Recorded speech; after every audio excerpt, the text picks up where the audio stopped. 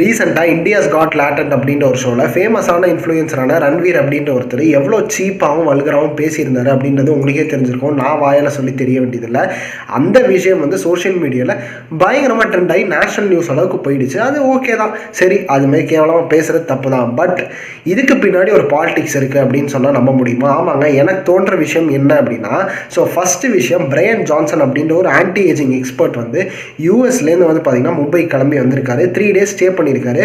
Podcast கொடுக்கறதுக்காக வந்து நிக்கில் காமத்தோட வந்து பார்த்தீங்கன்னா 5 ஸ்டார் ஹோட்டலுக்கு போகிறாரு. பட் ஆனால் அங்கே அவர் N95 மாஸ்க் வந்து அணிஞ்சிக்கிட்டே பேசும் போதே அவரால் வந்து அதை வந்து பேர் பண்ணிக்க முடியல. ஏர் குவாலிட்டி வந்து ரொம்பவே மோசமாக இருக்குது, நான் அந்த பாட்காஸ்ட் வந்து கொடுக்கல அப்படின்னு சொல்லிட்டு பாதியிலே கிளம்பிடுறாரு. இந்த ஏர் குவாலிட்டி இவ்வளோ மோசமாக இருக்கிறதுனால வந்து பார்த்திங்கன்னா அவருக்கு வந்து த்ரோட்டில் சில இன்ஃபெக்ஷன்ஸும் அப்புறம் ரேஷஸும் வந்திருக்கிறதாவும் வந்து சொல்லியிருக்காரு.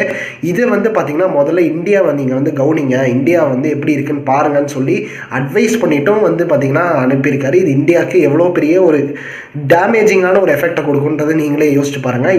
அண்ட் ரெண்டாவது விஷயம் வந்து என்னென்னா, 1 or 2 years பேக் வந்து கர்நாடகாவில் ஒரு ஃபேமஸ் பொலிட்டீஷியன் வந்து பார்த்தீங்கன்னா அ கேர்ள் மஸ்ட், நான் வாயில் கூட சொல்லக்கூடாது, ஸோ ரேப்பை வந்து என்ஜாய் பண்ணணும் அப்படின்ற மாதிரி ஒரு விஷயம் பேசியிருக்காரு. அந்த விஷயம்லாம் வந்து இப்போ நான் சொல்லி தான் உங்களுக்கு தெரிஞ்சிருக்கும்னு நினைக்கிறேன். ஸோ எந்தெந்த விஷயம் வந்து யார் யாரால் அட்ரஸ் பண்ணப்படுது அண்ட் எதை எப்படி எப்படி ட்ரெண்ட் பண்ணணுன்றதையும் நீங்கள் வந்து பார்க்கணும். இந்த 2 விஷயமுமே இப்போ நான் சொல்லி தான் உங்களுக்கு தெரிஞ்சிருக்கும்ன்றது எனக்கு தோணுது. So apart from this trolling மெட்டீரியலாக இருக்கலாம் ஆர் வந்து புல்லிங்காக இருக்கலாம், இதையும் தாண்டி வந்து we should make them accountable அப்படின்றத நம்ம வந்து ஞாபகம் வச்சுக்கணும்.